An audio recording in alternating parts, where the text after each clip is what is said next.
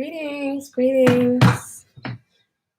Welcome. This is Body-Culinary, and I'm sending you all some warm, positive vibrations. So I'm on a teeny little break so that I can get some rest. So welcome to the channel. And today I just wanted to just check in as I was reflecting and moving about in the early day. I was just reflecting on falling in love with yourself and retraining, something I call retraining your eyes. So today I was looking in the mirror after I was doing my shower meditation and slathering myself with some organic coconut oil and olive oil and doing my rituals. And I make an effort to use that grooming time for self-massage and the time when I'm letting the water run over me as a time of like a meditation and a grounding, right? So rather than all the time waiting to sit down formally for meditation, I like living meditation because that way I'm guaranteed to get it in, right? So I'm always going to have to eat something. Great time for prayer and meditation. I'm going to cleanse my body. You know, there are different times. There are things that we have to do that can provide a great structure, right, to get in some what I'll call living meditation, right, and grounding in the moment. So I was thinking as I got out of the hot water running over my skin, and as I was oiling myself and looking in the mirror, I was like, wow. I was looking at my eyebrows because a lot of times over the years I brushed my eyebrows with aloe gel and my eyelashes with castor oil and shea butter.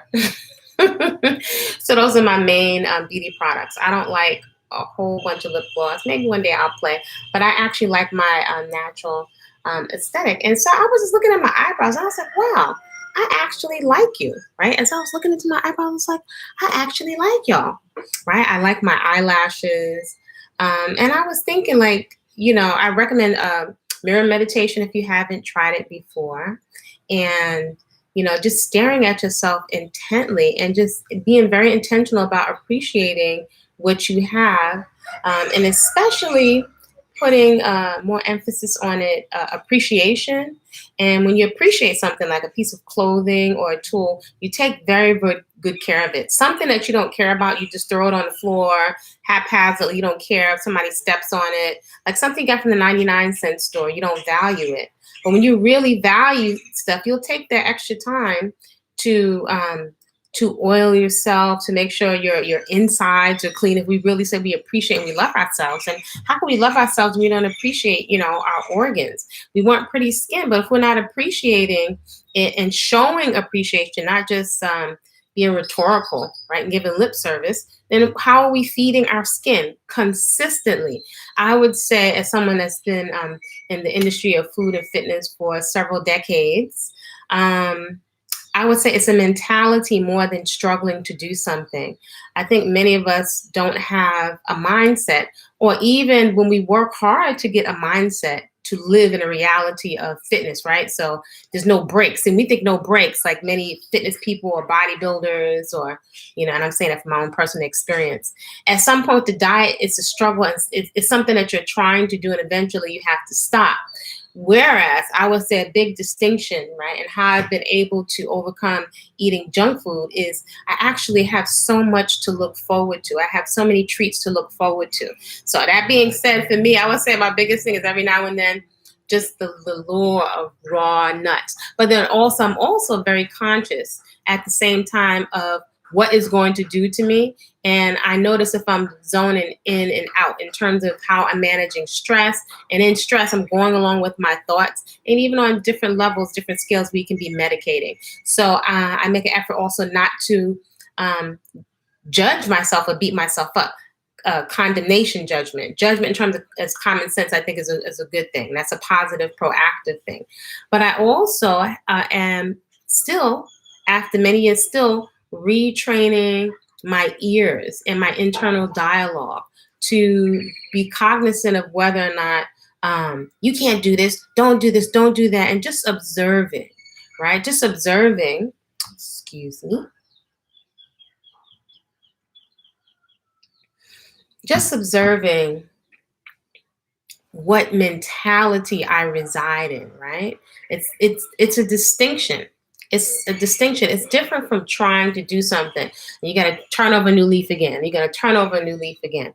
So I make an effort to keep my eye peeled to patterns and noticing if I'm doing the same thing over and over. And so then I wonder, what is the blind spot? What's missing and what is the disconnect? So I found a shortcut is retraining my eyes and retraining my ears to one of appreciation and working with what I've got. Because if I appreciate something, if it's real, and that's where if you tune into how you're feeling, you can know if it's authentic. If it's real, emotions will come up.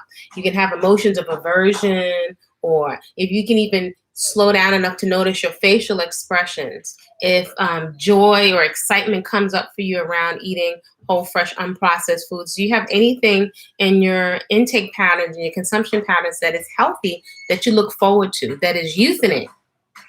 So do you find those foods, do you just get turned off, by eating them, or you eating them out of obligation, which is not necessarily a bad thing, right? Because accountability and responsibility can be a turn off for many people. But I have found those being in alignment with accountability and responsibility is easier for everything and everyone outside of ourselves, companies, people, family, jobs.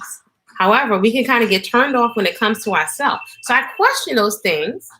I press pause and I make an effort to listen first, be very observant. This is where relaxation comes in.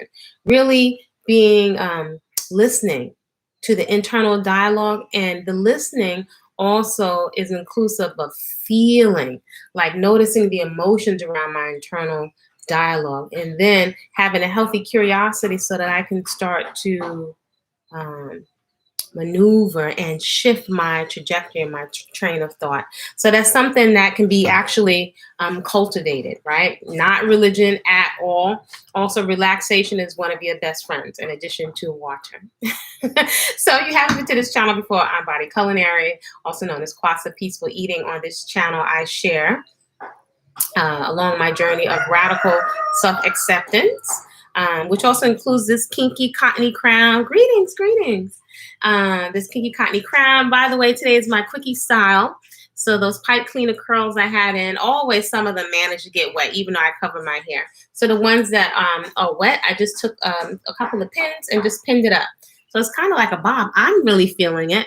And again, I always encourage folks to work with what they got. If you have very thin, fine hair, I invite you, when people talk about thickening up, and somebody very, I think with very good intention, recommended a super fast growth hair oil or gel.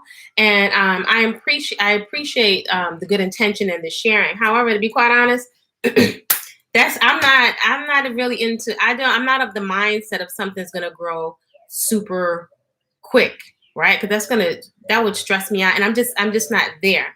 I'm into acceptance of whatever rate my hair grows at, that's the rate it grows at. However thick or thin it is, that's what it is. All flat, but it looks full because of the style. So again, I think this is a wonderful option for folks with very thin hair, fine hair, who may be thinking down the line, I might get some alopecia if I don't stop messing around with my hairline and all these tight hairstyles. But at the same time, the part of our thinking that's very illogical, because humans, we're not very logical creatures, right? We're looking from emotion and fear, right? A lot of it's almost like a picking, it's like a tick. Right? The anxiety has become almost like habitual. So we'll keep picking and picking and picking and pulling and tugging till we don't have eyebrows, we don't have eyelashes, we're jacking ourselves up. But this hair is actually so cottony and so fine, but the actual afro makes it look like it's bigger. So, 3 cheers for embracing whatever it is that you have on your head. So I don't twist nada. It's been, I don't know how long. I can't even tell you the last time I twisted. So some people might think that it grows slow. It's not, it grows slow. It's just the rate at which it grows. It's amazing how we're always trying to change how you naturally are. So freeing to make the big thug.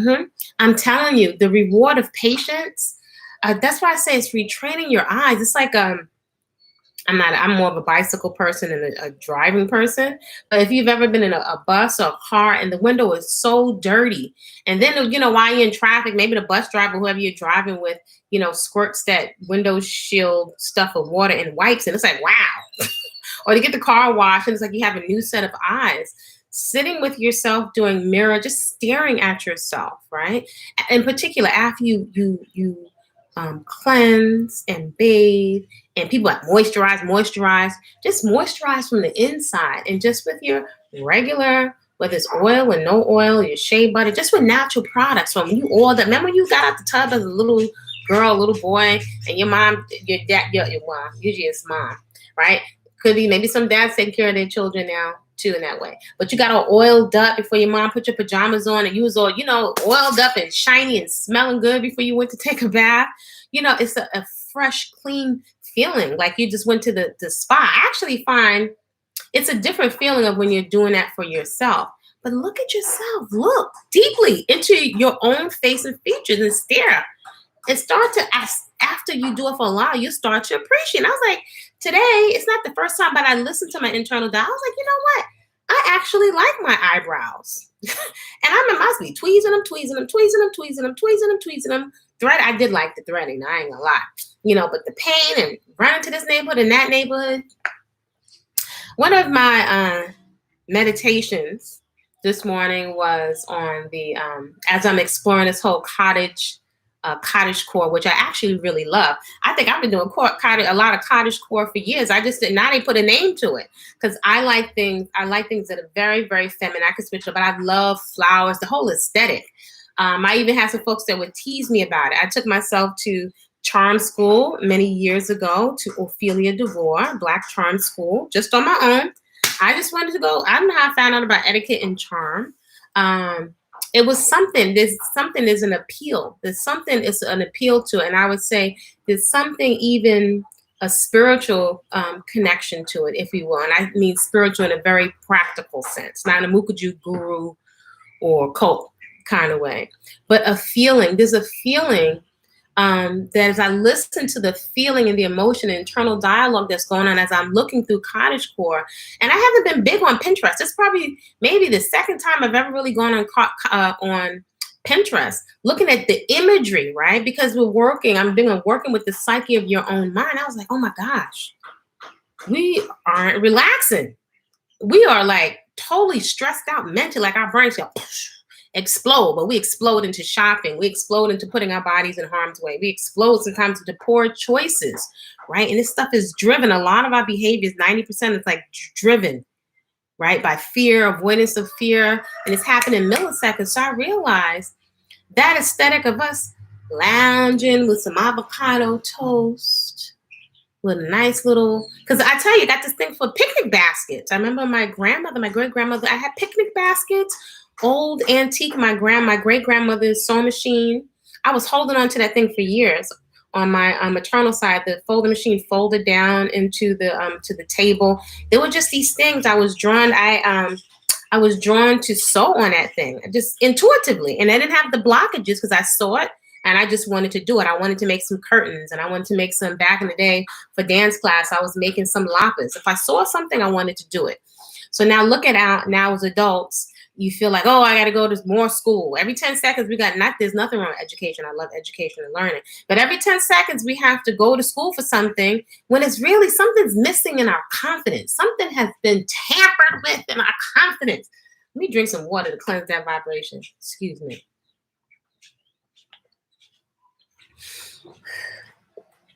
I think something has been tampered with in our vibration, our confidence.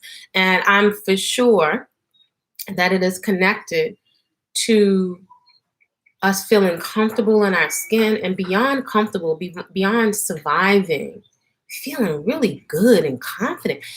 You gotta not be confident about yourself or ourselves, or and desperate to allow ourselves to put ourselves in harm's way, our body parts, our psyche, whether it's cults, abusive relationships, accepting less pay.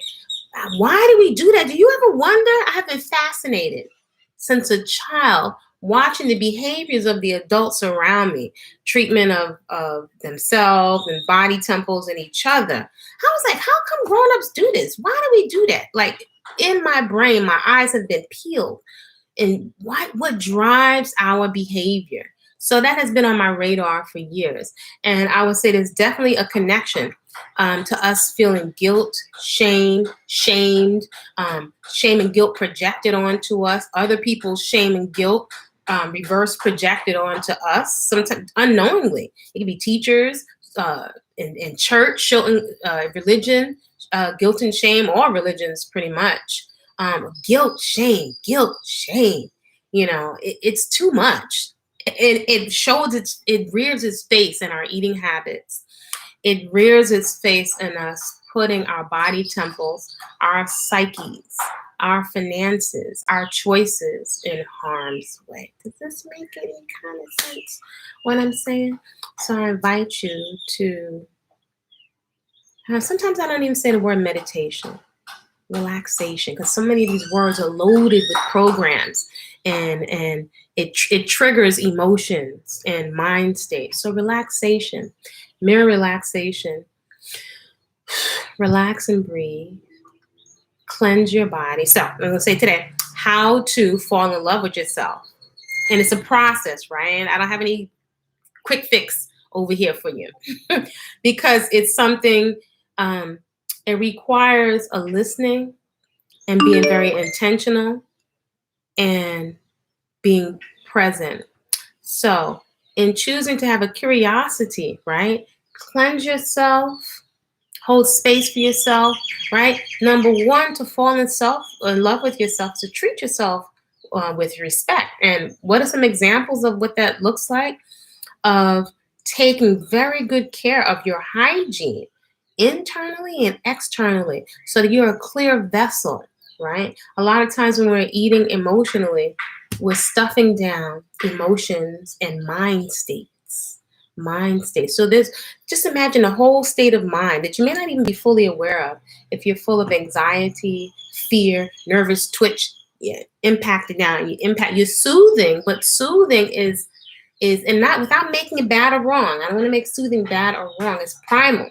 However, the soothing may not be logical on alignment with your current day goals, right? So if we're soothing ourselves from the perspective or the feeling of like a child or something small, right?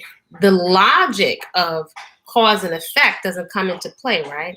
That part of our mind, it has nothing to do with logic, and it's not wrong. It just is, right? So if we're soothing, I invite you to observe your mind state, your feeling state, your mentality, the state that you're in, your state of being, who you are to yourself in that moment when you are medicating. Feel it, listen to the emotions of it, right? As you're going through different emotions, and listen as you look into the mirror, clean yourself, oil yourself, and stare in the mirror at what you have.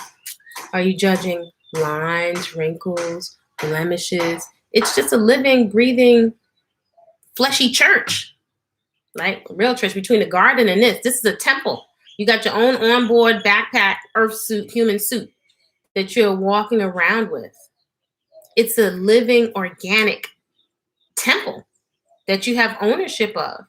And it's precious. The only thing that allows you to experience human life. You can even watch this video.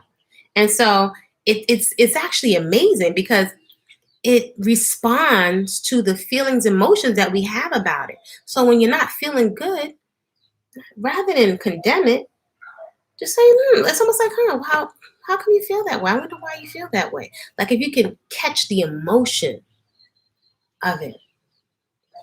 And I also invite you to notice when you feel really good about your natural self, right? No one demonize the makeup or whatever artistic expression, because I'm not here for you to follow me. You're on your own journey. You can find something. If something here resonates, take it and run with it. And if it doesn't, respectfully leave it right here. But I invite you to tune and dial in. So it requires a slowing down to the emotions of the dialogue that you have around yourself and your skin. Just the other day, I had a nice little pimple that came from my little cashew soiree, which has happened to me numerous times. And see, this is why folks can't tell me nothing about no whole living foods. Body's cleansing, healing all the time, all the time. One time I would have been freaked out. I'm not interested in dieting. I'm not interested in being a slave to drugs. I'm not interested in being a slave to products. That's taking up a whole bunch of mind space. I'm not here for it. So snack, I don't feel eat much. It's interesting. I've had so many people over the years, clients that would tell me they didn't eat much. And I usually say it's not, that doesn't tell enough details usually about, and if you are at a 10, because I'm not there with you in terms of your energy and your results, then continue whatever that is for you, because it's we're all unique fingerprints. So if you don't eat much and your skin is where you want it to be, like at a 10 for you, right? It's 10, not perfection, but you feel like it's at a 10. It feels like a 10, like you are, it's a feeling and emotion when you feel like you're at a 10, 9, 10. It's a feeling and emotion. I love when my skin is, feels like it's clear, even more when it clears up on its own. I know it, at this point, I know it will do it. I know I don't have to diet. I know my body responds like this to my movement practice. My body responds to sleep. If you are at a 10 and you don't eat much, then you have a good balance and you're in alignment. If you don't have, or maybe perhaps, okay, you're here and what you have, or whatever your results are and how you look and you feel, mostly how you feel, you're okay with it, and you're honestly okay with it, you should rock right there. But I like to explore, see, without the condemnation, right? And I know back in fitness competition days, there's a lot of internal, more so than dysmorphia, it's constant. There's a lot of positives about it. Don't get me wrong, because it's one of the best things I've did for myself. And I had several other friends that were also mothers. We were all doing fitness competitions, and that was fantastic. That was actually a wonderful time in my life, and it was all natural. So at the same time, there's also like the pressure. I'm wary of the pressure to put on makeup. See, context is everything. The pressure to change your hair. The pressure to feel like you have to do something. That's what something is like. Doesn't feel right with that. Something does not feel right. Yeah. So if that works for you, your adipose tissue and your numbers are great, and you feel like you got a good investment in your 401k for longevity, mobility, injury free, you can run, jump, play, rock out. Rock out. So, and I think it's all about finding alignment and what that sweet spot is for you. So you're not beholden to labels, and you're not beholden to products. You're not beholden to fasting. You're not beholden to, the body is cleansing, rebuilding all day without us even giving it a thought. You have to go and eliminate. Right? It's just natural. So to me, I found that that's ideal, when I don't have to think about that. But also as a human being, I recognize, and I'm humbled by the observance that I've had to be very intentional, because I do not underestimate addiction, and I do not underestimate the programming that humans that we go through from the things that our parents give us. And I'm not making all of it wrong. We can call it programming. Context is everything. But there's a lot of sets of instructions and values that we've been given. And a lot of them I recognize were yielding lackluster results and undesirable results. So I have had to be very intentional when it comes to medicating myself with food. That was a pattern that was ingrained, that I watched when I was a little girl. I could care less about, food. I'm going to go run outside and play. Usually parents, you have to tell the children to come in so that they'll eat.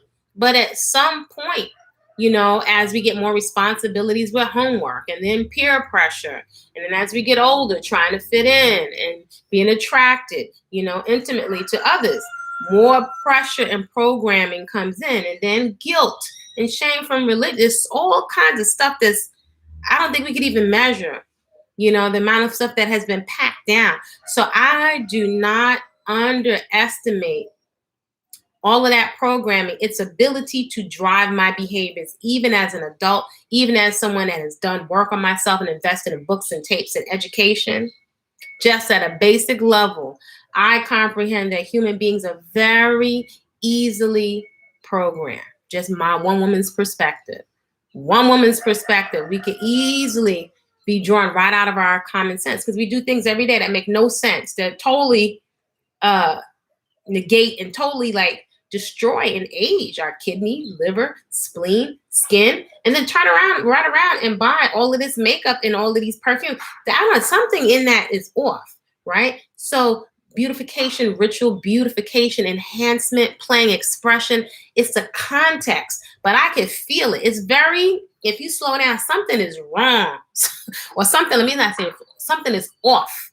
I can feel something is off. Even subtly as you're scrolling through social media, sometimes you can't turn it off because there's some part of our brain that these companies and scientists understand that compares, we learn through just being around each other. You pick up on each other's habits, self-sabotaging habits, habits of self-care. If you were constantly inundated and you constantly got to see women that had healthy and men that had healthy boundaries, that communicated in a healthy way, they prioritize health, then you have a different set of eyes. You have a different compare and contrast to somebody that may not have been exposed to that. Or if you were raised where you constantly had to be yelling and screaming, not making it bad or wrong, but that if that was the cultural norm, then to go around other folks or other cultures where it's more calm, not making anyone wrong or right. And if you've always been around violence and sirens and a lot of blaring noise and not been exposed to a lot of nature,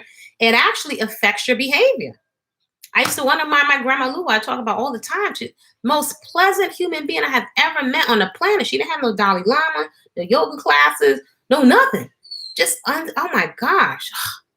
One of my icons, simple Grandma Lou. I ain't see her with a stitch of makeup, just generous, present, then gossip, wasn't available for complaining. I just feel like, how come she's not angry like everybody else? Well, as an adult, when I went to the Caribbean, I said, oh, Grandma go get her sea bath. I observed patterns. I observed how she interacted with her neighbors, and Smalley, the other elder woman down the road, them sending food and coconut bread and spices back and forth. And everybody will come and give Lou a shout when they go on the road, and just folks checking on each other. Wow, genuine care and concern. On a regular basis, it affects the type of person that you are. If you've ever encountered people from other countries or the Caribbean or Africa, be like, I got to get out of here. I'm not feeling the States. I want to go back home. There are many people that clamor to the States for a lot of the material stuff, but if not for the material stuff, people like, I'd rather be back home. Why? Because of the interaction. I dare say it's a form of nourishment. It's nourishment, right? If I came over right now, my roller skates, my double Dutch rope, we were just partying, hanging out. By the way, my birthday is coming, so I'm planning a celebration. So if folks are interested, I'm about to have me a party because I don't drink and smoke, but I do dance. So there'll be a once a month food prep party for everybody that's a Patreon member. And then I'm going to be doing something special for my birthday. I'm going to be celebrating. Hey, Sunny Ray, sunshine up in the house. Give a shout out to Sunny Ray, honey, UGC, woo woo. Soul Snack and Uniquely Beautiful, always bringing some positive vibrations in the house. So I'm feeling very snatched today from a bit more sleep. The whole living foods. Nobody can tell me nothing about the whole living foods. I know what it did for my skin. My skin was looking like the sidewalk. Go look at the picture in the community center, in the community section. And just today, it's not new, but I was just like, I love my eyebrows. And I think about this thing, with fashion. I've always been one that love fashion. I mean, what woman doesn't love fashion? Sometimes if you listen to these fashion, now we have bloggers, and I was coming up, we didn't have bloggers. But if you've ever heard this term, let me know. The eyebrows, when they're tweezed properly, they frame the face. So see, this is an example of a program, right? Not a bad thing. Let's love all of that. But I have this thing. I got a way of thinking. I have this thing. I call it Afronomics, and I also expand. I call it Afro flowers. I got several projects and visions in my head. Afro flowers. What is the Afro woman's aesthetic? Now, we know that Afro people, we are diasporic. Africa is a continent, not a country. Was it 52? I don't want to mess it up with the state, but the hundreds, it's a continent, right? So we have different aesthetics, but there's some stuff like we're very curvy and voluptuous and melanated. Other than putting maybe some markings on our face, sometimes tribal markings or chalk dust or some red clay, we didn't try to, our aesthetic has never been to make ourselves blush. Now we have cross culture, right? We have cross culture, but it wasn't that. You know, if anything, I would say one of our aesthetics is oily and shiny. Shiny to us means healthy. You ashy, you pale, that means you ain't healthy and your mama don't care about you, right? Healthy if you're well fed, right? If you've got curve and voluptuousness, that means that somebody's feeding you. That's also traditionally a sign of wealth, right? So we have an aesthetic. Our aesthetic usually isn't one of, pretty much around the diaspora is not one of shaving our eyebrows. I can't even say we really are big on shaving our body hair. If I just look at patterns for our aesthetic, you know what I'm saying? So I think like our aesthetic here has been affected, but how has that been serving? How are other people adopting our aesthetic? And in adopting our aesthetic, are we profiting? For example, big lips is the Afro aesthetic. A round derriere is an Afro aesthetic. Okay, so who is, just go with me here, my Afronomics, my Afro flowernomics. Who goes to who for counseling about an Afro aesthetic?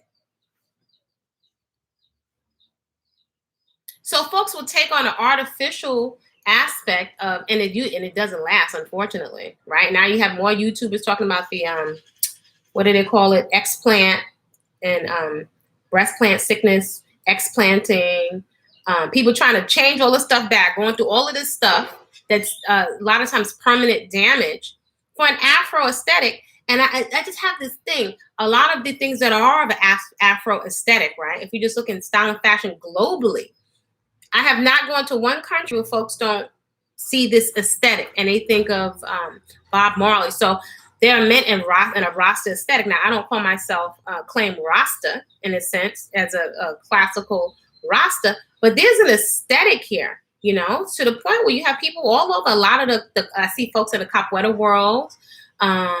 I see many folks in different countries, and there are many Asian folks that embrace Rasta. That's an Afro aesthetic. So as I look at Afro women around the world, I'm always thinking, and my godfather used to tell me, look for yourself, you know, in so many words, when I travel. So all the countries, I was looking to see where are Afro women and how we flourishing, right? And I don't see us benefiting much bigger, like, we got a whole stock market, right? And the Dow Jones. We always studying it's something that somebody else has set up. Somebody else has set up the stock market and stuff and capitalize and thrive economically off of our beauty aesthetic, and then also implanted insecurities, right? The aesthetic around, see, I'm into health as my number one beauty product. But a lot of the things that we're doing to ourselves destroy the healthy Afro aesthetic that many people did consider exotic. When I had my hair shaved, when I had circles carved into it, every braid out, twist out, pesse and pesse, before they had the little, before they came up with this whole sponge thing, it was another Afro woman in dance class almost 30 years ago. They showed me how to take a washcloth. She said, no, because her locks were gorgeous back in the day. I said, how do you get your locks? She said, honey, that's pesse and pesse. I don't know if somebody in Ghana show how to do it. Take a washcloth and go like this and get the little beaded knots. Afro aesthetic. You know, so I found that embracing this, like, you know, instead of avoiding a lot of the very things we avoid, how can I say this? A lot of the things that we avoid, I think could friggin' catapult us. Now, I ain't the hair police. This is just one woman's perspective. I can respect beauty in all its forms, whether you got makeup or not. I dare say it would catapult us in esteem, but also economically. Why? Because it's unique. Nobody else has this. Nobody. So how we the only folks with this, especially as women, and you know we love adorning and all this other stuff.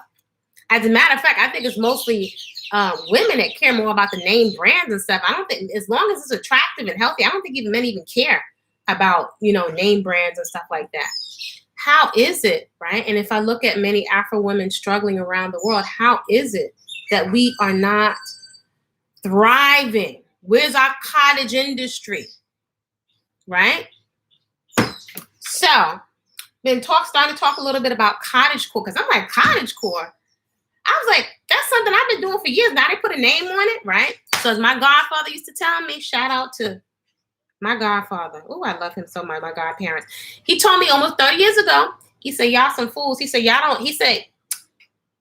don't document your culture. He said, everybody's going to take your culture, become experts in it, take classes, and then come back and teach it to you and sell it to you at a premium. That's what my godfather told me.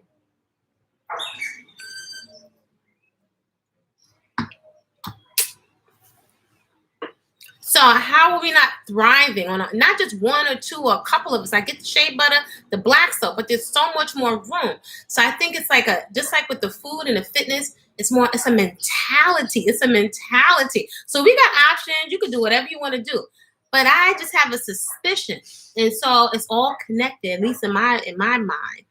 The relaxation, the acceptance, the embracing, then also retraining your eye.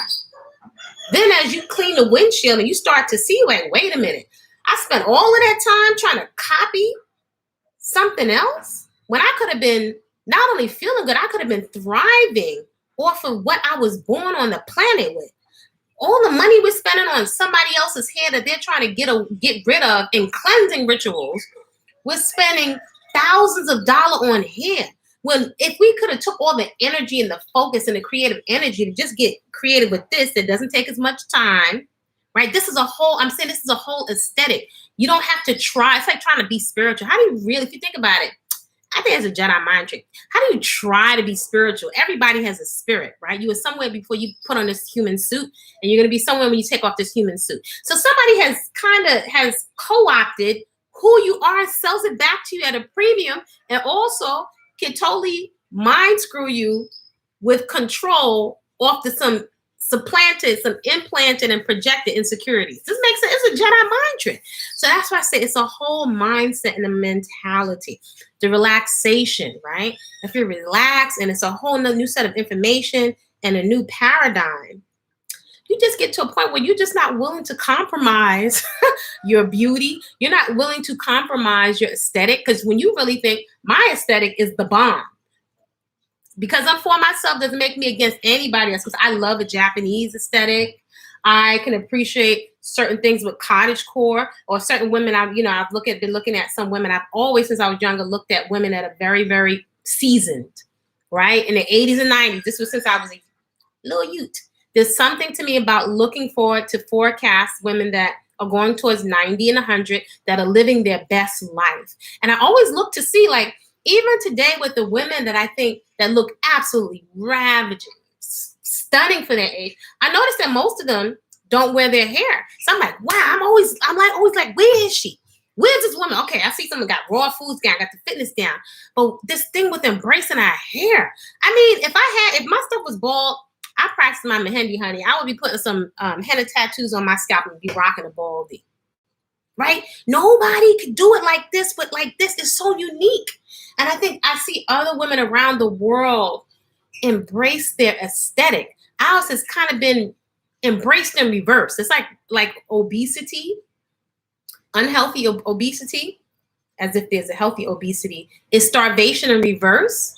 Our embrace has been in reverse. We've been embraced out of our natural Afro flower aesthetic, and exploring the visual and the thoughts that come up for me around looking at cottagecore, our relaxation into femininity. A lot of it has been compromised and co-opted in struggling, and a lot of poor decisions made in ignorance, right? Like, let's say, for example, just one woman's perspective, a lot of folks glorifying single parenthood, like the stress that comes with it. Not that we don't love children, but the fantasy around I got it and winging it and putting these human beings out here, human being volunteering stewardship position, right? I think that's what they should call parenting, right? So like it becomes later, and when the baby stage like becomes a stress to the child, the environment they come into, they're not well protected. That adds a whole nother layer of deposit to your psyche, stress to the mom. Like, but there's all this glorification of us working like mules, work full time, raise children full time, and then selling for it's too much. This is a lot of. I'm just gonna call it. We're repeating. Folks, we're following celebrities, we're following images of what something looks like. And by the time you figure out what the real deal is, you don't wasted a lot of time, energy, and a lot of poor decisions. A lot of times we can't even catch up when it comes to generational wealth because of poor decisions. A lot of it based on ignorance and just mimicking some love songs. That was all love songs about cheating.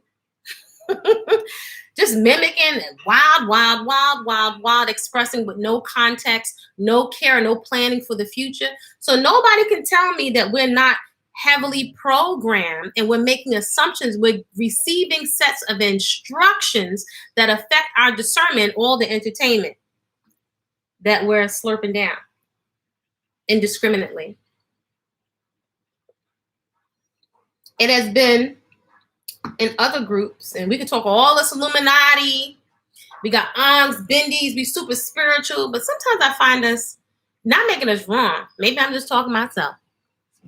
Delusional, not strategic, and impractical. With other groups, study patterns, study insecurities, study needs, and we just have been trained to put religion on top of everything. We're sitting and praying, and we're just not practical. I can't see what, to me, after watching all the suffering, you can't pay me to smoke, drink alcohol. I'm like, that's one thing, distraction I don't need. And so any way I can get rid of the distractions doesn't mean I can't have lots of pleasure. So even our ideas of pleasure, somebody else put it in there. Right now, pleasure is like, right now, just screwing it to your genitals are falling off. There's no disclaimers. There's no pictures at the end of all these music videos. It's like, wow. Nobody talks about the heartbreak. And it just takes one time for young women to just totally jack themselves up. And then that residue, the mental, emotional residue, you're left with it for a lifetime. It affects your whole trajectory.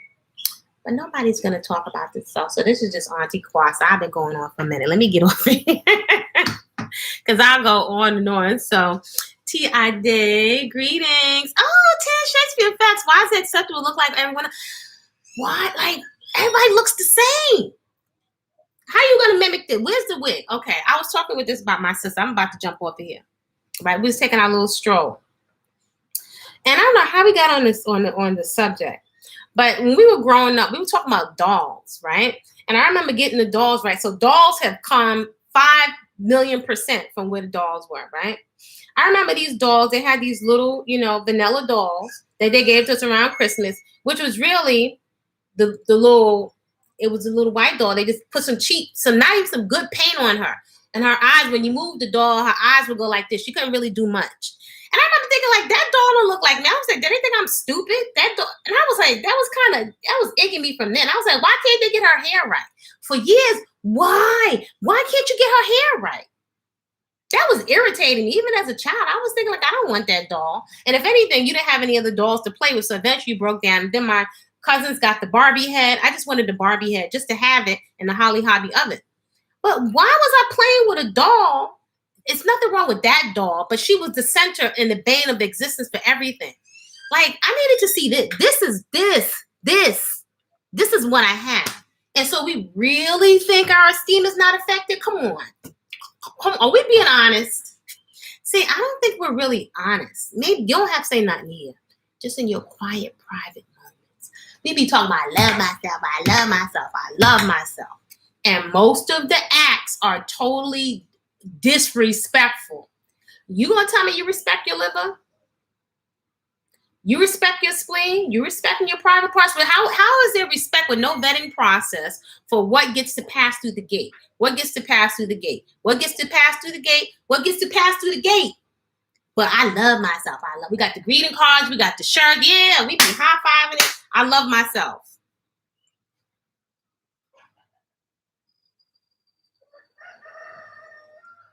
It's words. It's programming. I used to ask my mom, I was like, I don't want to be disrespectful because I'm not trying to get smacked across my mouth or told that I'm being sassy. Why do we got to go to church all the time?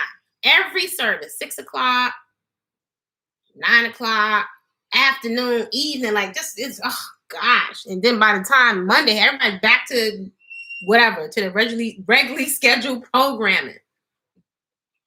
Always doing 40-day consecration fast. Everybody's getting more and more unhealthy. So I just feel like arguing, fussing, fighting, medicating with food, alcohol, this and that, and it's like binge and purge. Then you get saved. Then you get triggered. You go back and do some toxic stuff, and then you get saved again. How many times we get saved in a lifetime? Then we got to bring the children down. I grew up religious, so I'm talking about myself. Grew up Pentecostal. Holla. So then you got to go down to the altar call and get some olive oil, some Goya olive oil put on your head, because you get saved. You got to bring the children along. You know what I'm saying? I didn't see it pan out. I'm sorry. I didn't see it pan out, at least when it came to economics and health. And I didn't see it pan out on our communication skills. We're praying one way. I said to my mom, Mom, I'm not trying to be disrespectful. My mother was telling me, she said, I know there's a God. I said, I hear you, Mommy. But maybe it's not, whatever name you want to call it, maybe it's not God. Maybe God's tired of people because nobody following no instructions. We have to Genesis 1-9. I give you what? To you it shall be for me. Wasn't that first like, to you I give every herb bearing seed, every fruit, and every herb bearing seed, to you it shall be for me. So I was like, nobody finds instructions. Then it was Apostle Paul, so whatever. They got to change instructions because people are so hard-headed. So how you talk about you love something, you don't take care of yourself? It doesn't make any sense. Just a healthy curiosity. So I'm not here to force nothing. I don't tell no grown folks what to do. That's an exercise in futility. Beata Murray, greetings. Yeah, so I don't know. I'm not saying, again, I don't recommend it. Don't follow me. Don't do it. As a matter, I was thinking about this yesterday. I'm always I don't know if I want to call it meditation, but in the quiet, you can hear. Don't follow me. Don't follow nobody. And I'm going to tell you why. I might have said this before. Don't do it. You know why? As Afro women, we have a tendency to put ourselves in a box. And I question all sayings, right? Some sayings, they pan out. And there's some that just non-thinking, like following sheep to every time I go to a funeral, right? You get the little plastic card. And now I leave me behind in still waters. We could rattle stuff. I used to get prizes in Bible school for, reading and memorizing the verses. For God so loved the world, he gave his only begotten son, that who shall perish, you shall not perish, whatever. Blah, blah, blah. I got awards for that stuff. But it's really rhetoric and indoctrination. I don't think it was done from a bad place, right? People were doing the best of what they knew. But let me ask you something. What's the natural life cycle of a sheep? Don't they slaughter the sheep at the end? I don't know. No, let me not say that. I do know. A lot of times we say, I don't know. And a lot of times we do know. We don't want to take the time to know. People say, I don't know. Okay, if you don't know, why not take the time to know? How much communication skills did you get out of church? I didn't get communication skills. I was taught to pray one way, to beg and to plead. Just beg and plead hard enough. I did not see the accountability piece, and a responsibility piece was missing. Sorry, not sorry. The personal accountability and responsibility piece was missing. That's a mentality and a mindset. And I also figured out as a child that the pastor went to college. So I was like, if he went to college, didn't he have to go to college with other people that had other religions? So why is he putting down people from other religions? That made no sense to me. So it's called critical thinking, which we have a tendency to kind of squash out of our children when we don't know the answer.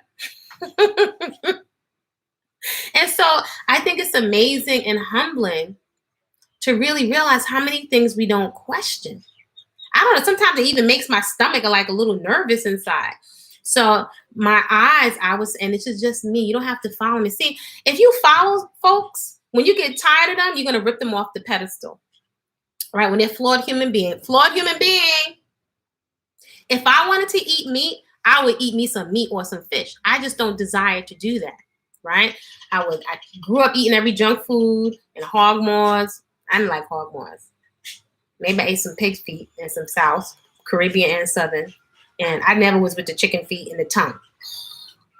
But I grew up eating grits, Southern food, and Caribbean food, right? I questioned stuff as I got older. So I have been on my own personal path of questioning things, experimenting, being willing to invest in education, testing, comparing, and contrast. From vegan, well, eating all that stuff, standard American diet, Black American diet, Afro diet, to vegetarian, to vegan, coming out of high school. And then after years of being vegan, my son started eating fish. His dad was feeding him fish. And I was upset. But then I decided, in terms of working in fitness, I decided to try fish and poultry on for size. Right? I decided to test it. And I used to cover myself and be all dressed in white and my stuff dragging down to the floor, being very pristine and all that. And I decided I wasn't getting chosen because everybody wanted, the bad boys. After a while, I can't beat them, join them. And then intuitively, I was like, even if I become emaciated, which never happened, I just intuitively, even if I didn't explain, I don't want to eat meat. I don't like the violence. When I started to watch the suffering, I just didn't want it.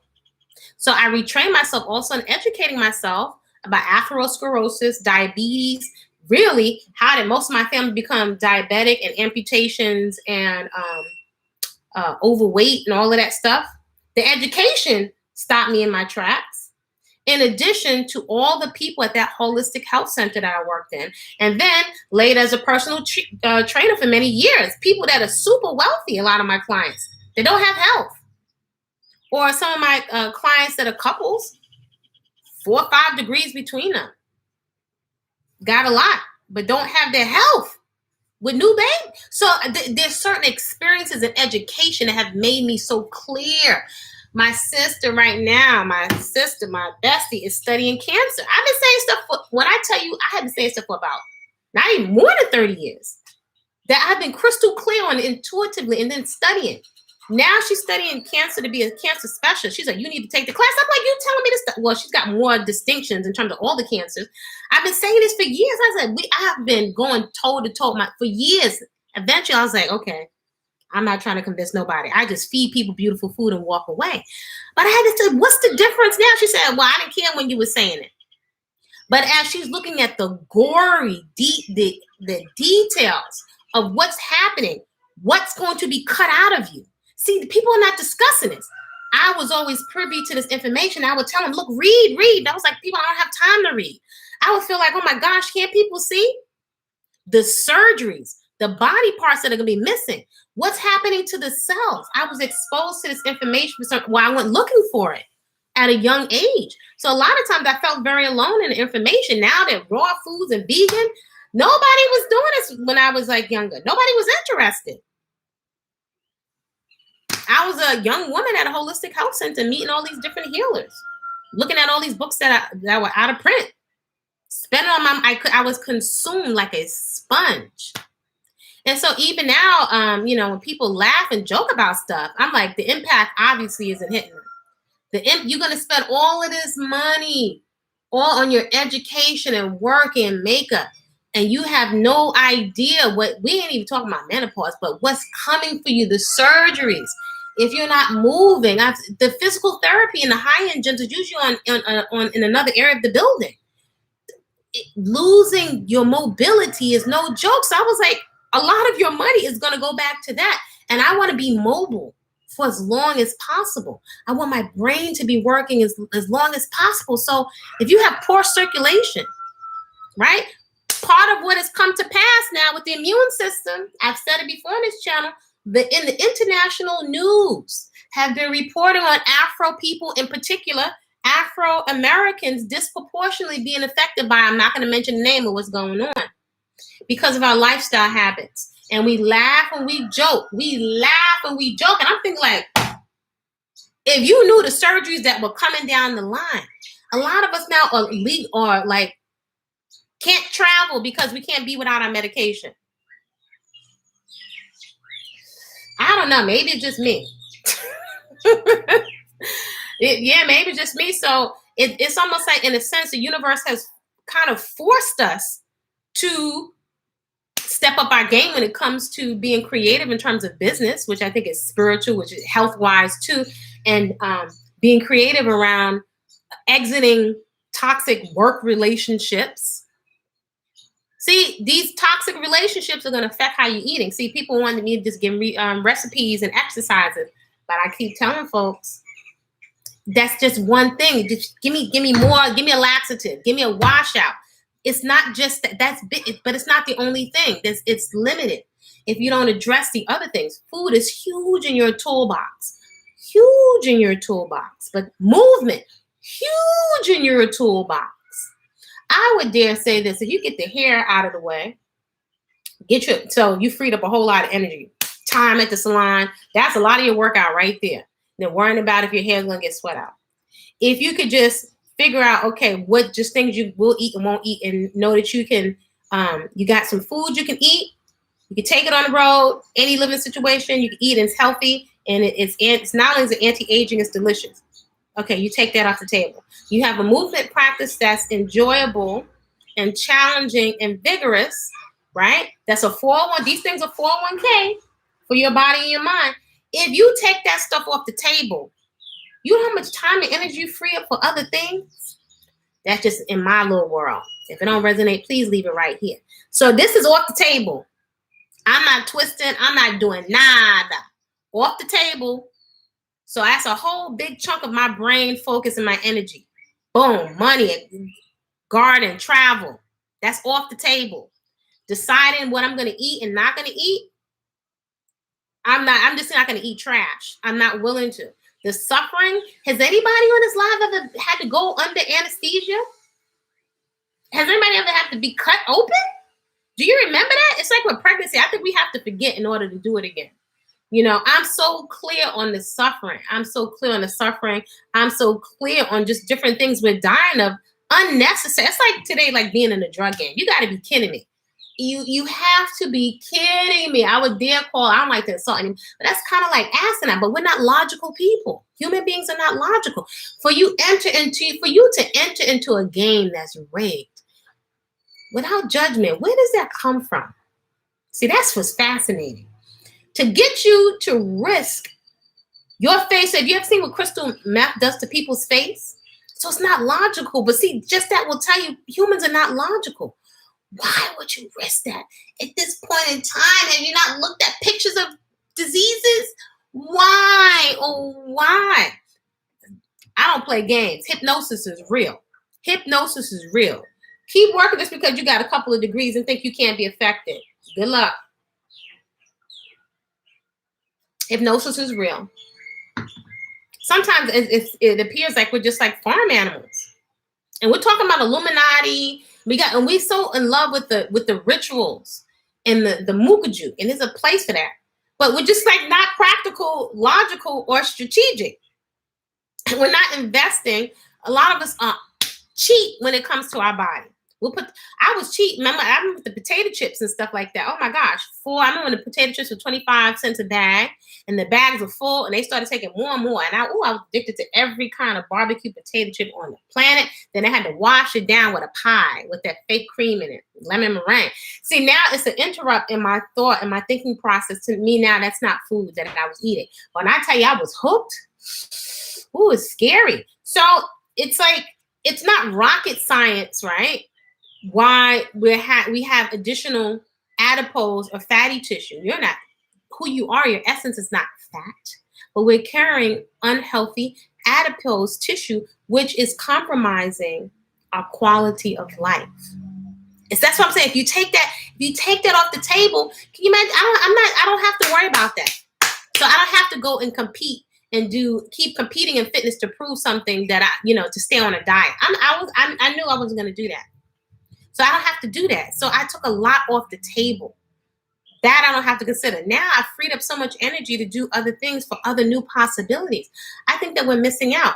And again, going back to the cottage core and looking at cottage core, the vibration of it is looking at Afro women in particular.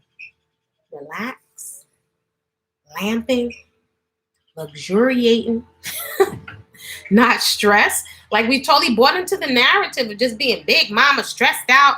I was even here. A lot of victimhood has become a lot of the normalcy. Like as much as we fight against the Igane word and the things being projected on us, I think to ourselves, we defend a lot of us remaining in victimhood. And I think we can rob ourselves of a lot of possibilities for our life, right? Because we just think a narrative is this way. So I invite you to do some mirror meditation and to see what happens if you could just appreciate yourself. Some of us can't imagine ourselves without extra. And I'm saying this is someone that's been in the personal training field for years and has also worked as a professional chef. Do you know that many of us can't imagine ourselves without the additional adipose tissue? Sometimes I'll have clients that will say, do you really think I could lose this weight? Or just, I was like, of course, it's just scientific. See, this is my mind. It's scientific. Yeah, I've seen people build a butt, not fake, through squats and food and uncover it. When you release the adipose tissue, you bring the muscle to the skin without drugs. So, but my eye is trained. But if somebody doesn't have a frame of reference, they're not going to get it. So that's why I am absolutely continually fascinated by what drives us to illogically self-sabotage and do that in groups and share it with others.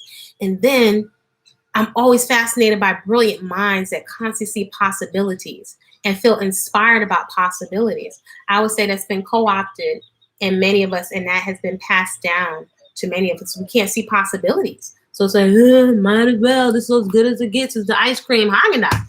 You don't know this stuff. You can have some stuff that tastes like 10 times better than the Haagen-Dazs and doesn't leave, as I like to call it, waste on your waistline or waste in your pores, coming out like big zits, cystic acne.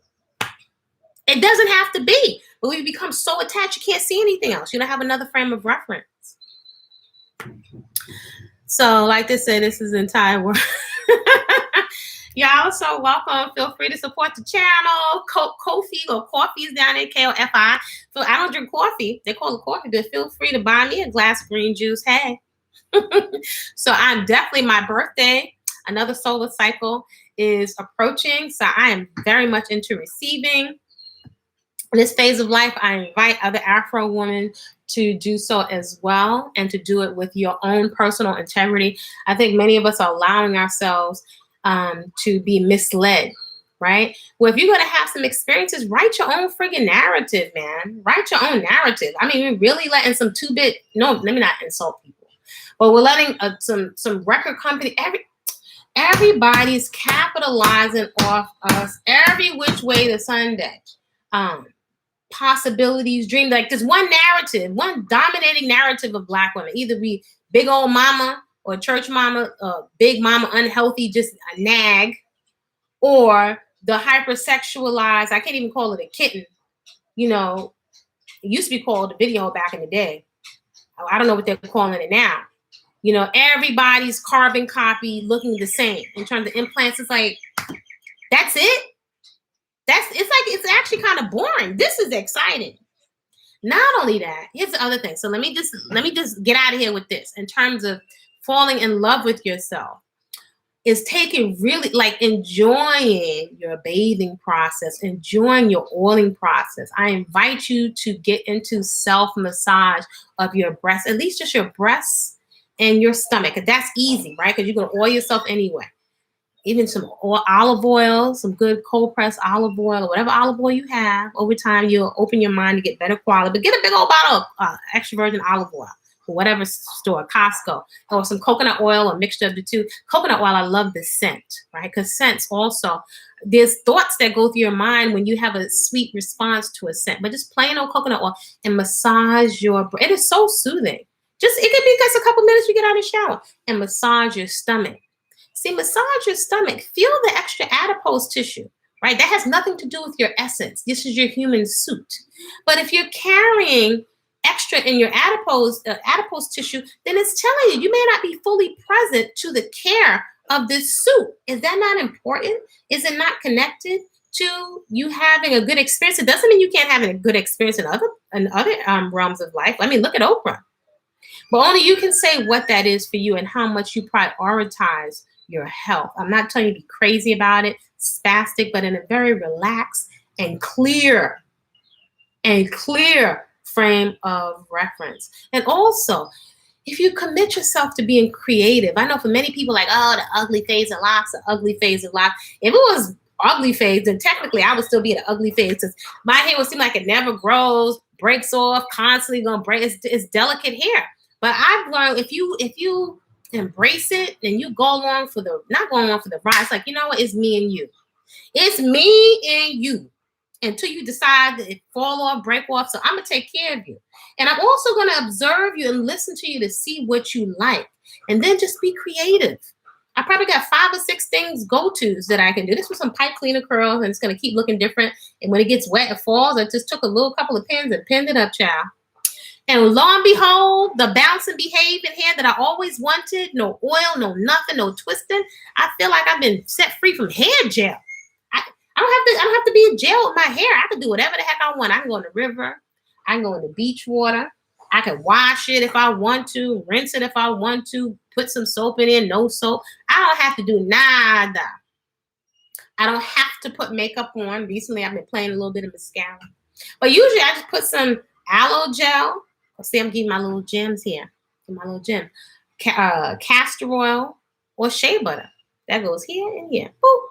But my hands are spoolie. That's it. Because I like myself. And sometimes I'm looking like, I know that looks beautiful. I like myself. And I can't, it's so, I don't know, refreshing is not even the feeling. It's beyond even liberating. It's like, it's something for me to really experience in my human existence. I call it radical self-acceptance, but it's like it's beyond words how I feel about myself. Like, it's like I really like you. And I like you, and I want to like you more through all the different phases of life. I'm going to like you, and I'm going to rock with you at 60, at 70, at 80, 100. It's me and you. It's me and me. And I intend, and I'm very intentional. Even if some other thoughts, an old program comes up, it's like, I'm sticking with you. Because you sticking with me, Body Temple. I'm sticking with you. And as I've embraced it, it keeps just handing me gifts and surprises. So I invite you, man. Like, why are we struggling? Too much struggle. We don't need to struggle like that. We do not need to struggle. Honey, let me come up with some vegan mascara, honey. It's over. Because you know me, I have my thing, Afro Flowernomics. I got my own little Afro flower thing going over here. My thing is like, wipe it all off the table. I'm taking it out of your hands. Anytime I can snatch my dollar back from you and also snatch, my energy and my esteem. It's not yours. Nope, sorry, not affected. Y'all look great. And I'm loving myself over here. I don't need to do that. I don't need to jump into all of that. I like myself. And I'm telling you, taking good care of yourself, your fitness, your water, your self-care, we underestimating it. You can do it right. This is what I've been saying all this time. We could have been doing this. I've been saying this for like several decades. My house, I've worked in high-end gyms. My main gym is my house. When people used to think I was going to a gym, a lot of times, what gym you go to? I was like, in my little apartment. And people did not believe me. Thought I was competing in a sprinter back then on my own time and also going a little bit to Prospect Park. So it's like this. I've been saying this for years. So right from your little house, that's all you need.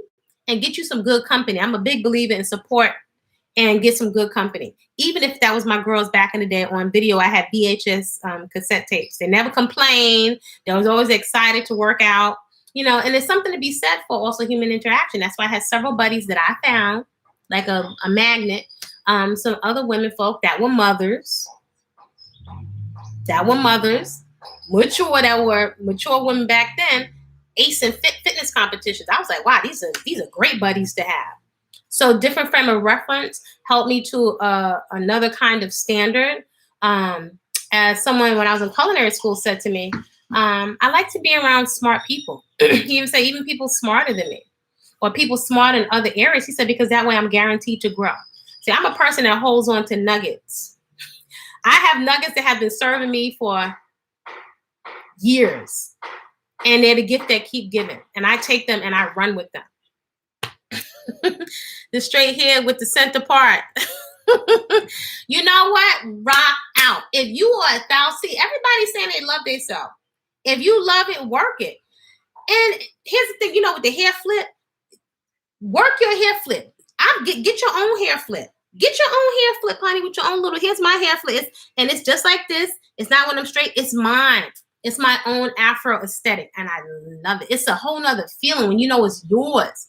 I'm saying, honey, let the small thick thighs, honey, let them come back in style. Honey, I have sustained life with these sacred breasts. I have sustained life. Let me see if not shaming anybody else that decides to do an alteration because it's whatever. Knock yourself out. But I have sustained life with these breasts right here. And I wasn't eating any meat when I did it. And my son was as chunky as ever. So that's really something. That's magnitude. I have sustained life. That's amazing. That's pretty amazing. Any mothers out there, remember when the child was moving like ripples, like an alien through your stomach? That is absolutely amazing. Could you just acknowledge yourself? I heard this one woman say, no offense to anyone that's religion. I'm not meaning to offend anyone. I'm just going to tell you because it's a nugget. She said, a lot of times we be giving credit. We be giving credit to some stuff. You should be giving credit to your mama. There's something outside of you. You should be crediting your mama. You be praying something outside of yourself. It's like, and who was the one that was wiping up all the snot, the vomit, the poo-poo, going without? A lot of times you should be giving credit to your mama and hopefully, you know, your papa too. Just like with Mother Earth, a lot of times we just like totally walking around totally oblivious. This is literally a living, breathing organism that's breastfeeding us. Wow. I used to tell my son, I was like, you cannot put litter. How could you put litter on the ground? I was like, oh my, you can't do that. He's like, oh God, you can't put litter on the ground. My gosh, the Mother Earth feeds us. Are you kidding me? Then we put the garbage in our bag until we get home. We don't litter. That's a mindset. It's a consciousness. We're busy complaining. We're not looking at our own consciousness, our awareness, our programming system, our computer. But I bet you other companies got it down to a science. They understand every nuance, nook and cranny better than we do. Anywho, I'm sending y'all Jamie. I do aloe gel and add vitamin E. Hey, I've done the vitamin E too. Right. And I'm fascinated. How did the vitamin E get in the bottle?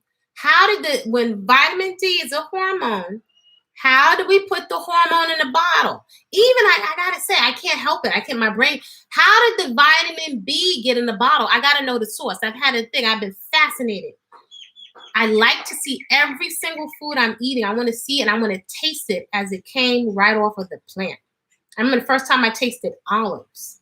Right, I used to sell olive oil, high-end olive oil for an olive oil company when I was working as a chef. And I remember when I tasted, I was on this hunt for fresh olives, right? Because I was studying all this about olives from Provence and from Italy and from Portugal, right? And learning about the musto, the first press of the oil. And I was like, I wonder what the olive tastes like. The first time I tasted some olives that came off the tree, they were totally inedible. So I was like, wait a minute. So I'm just eating the brine and the salt? That's what I'm eating? Right. So my frame of reference is different. I remember a whole chocolate module in school, in culinary school. I mean, it was so much chocolate. It was over chocolate. But I was watching. I remember us making white chocolate, different types of chocolate. I was like, so we're mostly eating fat and sugar. Because cacao, right? I have raw cacao right now. I get it all the time. It's common here. It's inexpensive. It's bitter. Almost as not palatable. Frame of reference. Frame of reference is everything. So sometimes we're arguing a point. Like I hear people argue about bananas being hybrid or not. Actually, when a big thing of banana just fell off the tree in my yard. You have a whole nother context when you're in the environment. You have a whole nother context when you are preparing your own food. And people would ask me questions. But after 30-something years, I have observed the shortcut, even though people may not think it's a shortcut. When you go through a certain experience, right? When you have certain experience, then it's different from I believe and I think to I know. Different. That's why you follow. You go, have your own path. Don't follow me. You can learn something from me. I may be a catalyst, motivator, but when you have a consistent experience over years and you have some kind of results, nobody can take that away from me. I don't have to diet. I'm still riding off of residual investment in my 401k of my body. You know, so I'm in my, oh my gosh, I don't even the age there. I can't look at the chronological age. I was confused before by my godmother's age, my godparents, because her habits of juicing, working out for years. And so now that is one of the things I aspire to, right? That's not happening without an investment. It's not, you're kidding yourself. I invite everybody in this live, make the investment in your health. Invest in education, right? Invest in education. This stuff with cancer is no joke. Like my sister's like, oh my gosh, they're gutting you out. Oh, after all of these years, now she's been eating live foods, right? I'm gonna say I was forcing it on them, but I did bribe my family with live foods and I've said this before, making several pies a day and all kinds of treats, because I was like, either I'm going on your side or you're coming on my side. I can't go on your side because my skin is gonna be looking like the sidewalk. And also studying so much like the anti-aging properties, right? Just a couple of videos I just posted, and maybe I didn't post all of it. The stuff that I harvested to make some food for a client, I think it was yesterday. All of that fresh food that I know there was no chemicals put on it. So I was like, wow, I had to really dig how much that would cost. But yeah, we're spending all this money for this dry, and I did it, every protein powder you could name. I take no powders. I don't take any supplements. But I've done most supplements on the market for years. I spent so much money on supplements, classes, courses over like 30 years. Oh my gosh, that's like some land. You know what I'm saying? But I don't need that stuff. I'm eating the food. I just picked it. I know exactly what's in it, all those minerals. Different frame of reference. So if you're not involved in the process, you could give me $50 million. I cannot do the workout for you. It's never going to click. It's never going to be yours until you participate consistently over time and you allow yourself to go through withdrawal. Give yourself some support through withdrawal and give yourself some treats and some things to look forward to so you enjoy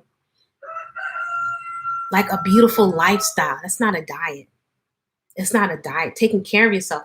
It's not a diet. And I can tell you right now, it's clicking for my sister. She's been working out for years, extremely fit, been eating live foods, but it's clicking for her on a whole nother kind of level as she's looking at all the sufferation and the cost. Why people are so, big on medical insurance, because there's some stuff coming down the pipeline if you're not being protective of your liver. See, that's not dieting. Being protective of your brain, being protective of your liver, being protective of your healthy, functioning reproductive organs. They play a great role in your vitality. So we can keep putting on serums. What are you eating? See, I'm not using that one label. Are you eating for vitality, for longevity, for your mood? Then for beauty, which is a mentality. It's a state of mind. Are you feeling really beautiful when you're stressed out? Can your physical look save you from poor decisions? Or decisions made in ignorance? Do you really want to be scrambling? Do you really want to be scrambling to try to get your health together, like you get a get out of jail free card, when you have been totally decimating your body, like your body could take it. Your body's just a mule. It could just take it. Look at it. It was strong. It bounced back. I can eat anything. Okay. I've been working with different populations for years and working a holistic health center. I was on the other side of that consultation. So maybe perhaps I've seen too much. Anyway, I'm sending you all some warm, positive vibrations. Feel free to support the channel. Find Body-Culinary or Kwasa with a K, Peaceful Eating on Ko-fi, K-O-F-I, on Patreon if you want to be a patron and enjoy the monthly food prep party. That's going to be a blast. Hopefully these links are working today for efficient fitness and common sense nutrition. Those are lunchtime classes. And then my hit it and quit it workout is 40 minutes, hit it and quit it. Hit it and quit it. That's all you really need. It's the consistency.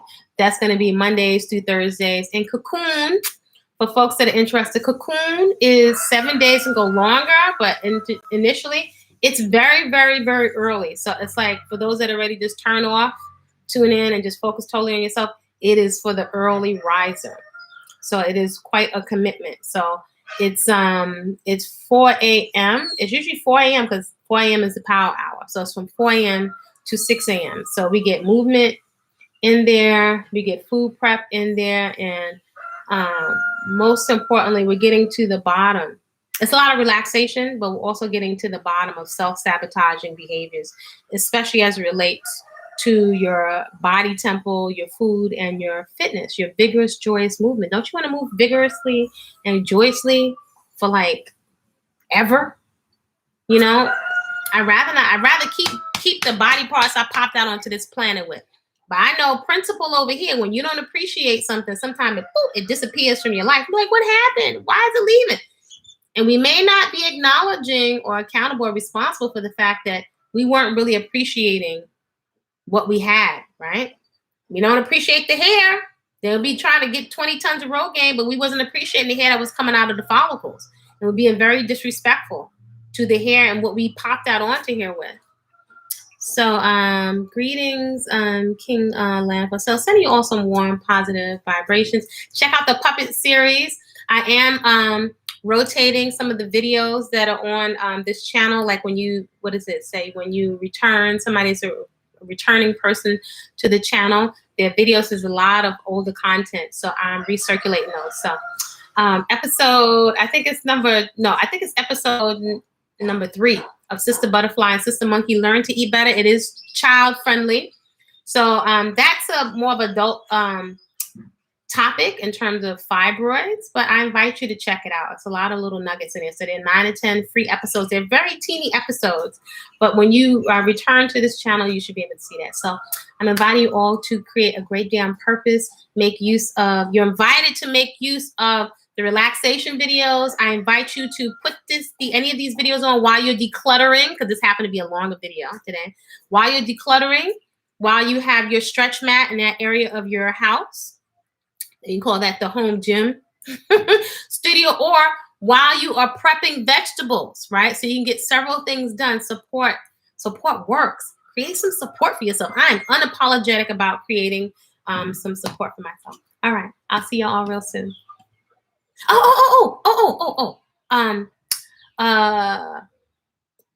Plant milk bags are inside the Etsy shop. The calorie, these are hand cut. And also, I think there may be 2 more of the Afro amulet, and there are 2 people who are on theirs are on their way to them. So check out Body-Culinary. I think the link is there for the Etsy shop. All right, see you soon.